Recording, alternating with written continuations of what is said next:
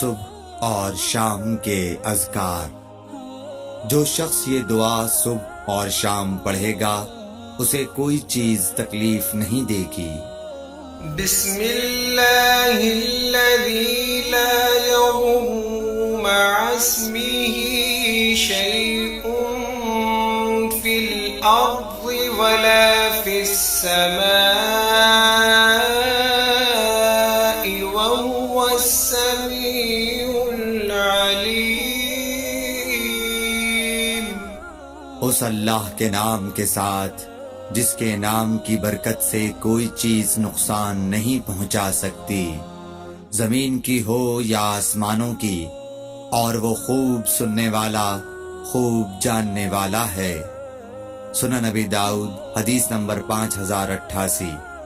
جو شخص یہ دعا 3 دفعہ صبح اور 3 دفعہ شام کے وقت پڑھے گا اللہ تعالیٰ اسے قیامت کے دن ضرور خوش کرے گا۔ رضیت باللہ ربا وبالاسلام دینا وبمحمد نبیا۔ میں اللہ کے ساتھ اس کے رب ہونے پر راضی ہو گیا اور اسلام کے ساتھ اس کے دین ہونے پر اور محمد صلی اللہ علیہ وسلم کے ساتھ ان کے نبی ہونے پر۔ سنن ابی داؤد حدیث نمبر 5072۔ جو شخص یہ دعا 100 مرتبہ صبح اور 100 مرتبہ شام پڑھے گا قیامت کے دن کوئی شخص اس کے عمل سے افضل عمل لے کر نہیں آئے گا، تاہم اگر کوئی شخص اس کے برابر یا اس سے زیادہ دفعہ کہے تو وہ اس سے بہتر ہو سکتا ہے۔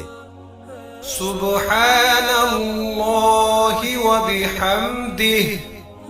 میں اللہ کی پاکیزگی بیان کرتا ہوں اس کی تعریف کے ساتھ۔ صحیح مسلم حدیث نمبر 2692۔